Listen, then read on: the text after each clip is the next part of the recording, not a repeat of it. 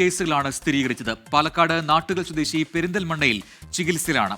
58 പേരാണ് പ്രാഥമിക സമ്പർക്ക പട്ടികയിലുള്ളത്. ചികിത്സയിലിരിക്കെ മരിച്ച മലപ്പുറം മങ്കട സ്വദേശിനിക്കും രോഗം. പാലക്കാട്, കോഴിക്കോട്, മലപ്പുറം ജില്ലകളിൽ ജാഗ്രതാ നിർദ്ദേശം നൽകിയിരിക്കുകയാണ്. നിപ്പ ബാധിച്ച് ചികിത്സയിലുള്ള പാലക്കാട് മണ്ണാർക്കാട് സ്വദേശിയുടെ ആരോഗ്യനില ഗുരുതരമായി തുടരുകയാണ്.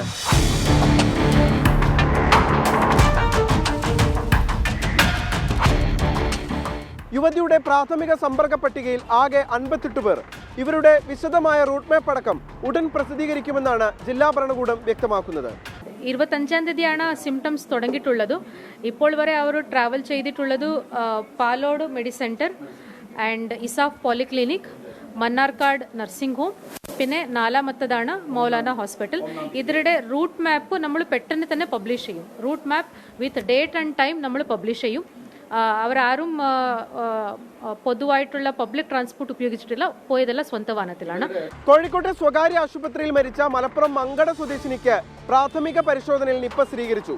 ഇവരുടെ പോസ്റ്റ്മോർട്ടം നടത്തിയ ഡോക്ടർ അടക്കമുള്ള 3 ജീവനക്കാർ ഹോം ക്വാറന്റൈനിലാണ്. കഴിഞ്ഞ 1-നാണ് ഇവരുടെ മരണം സ്ഥിരീകരിച്ചത്.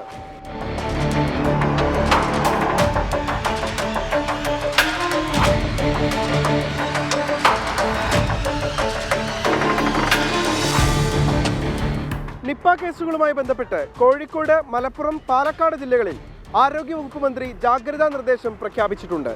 നിഖിൽ പ്രമേഷ്, 24 കോഴിക്കോട്.